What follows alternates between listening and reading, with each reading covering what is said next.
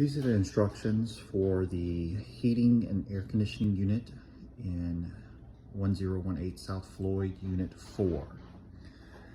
The remote control is usually found on either side of the bed.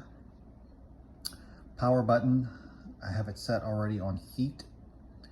To control the temperature, you simply go up or down depending on the level that you want. Notice it's set on heat. In order to go from heat to cool, you use the mode button. You keep pressing the mode button until it's set on cool.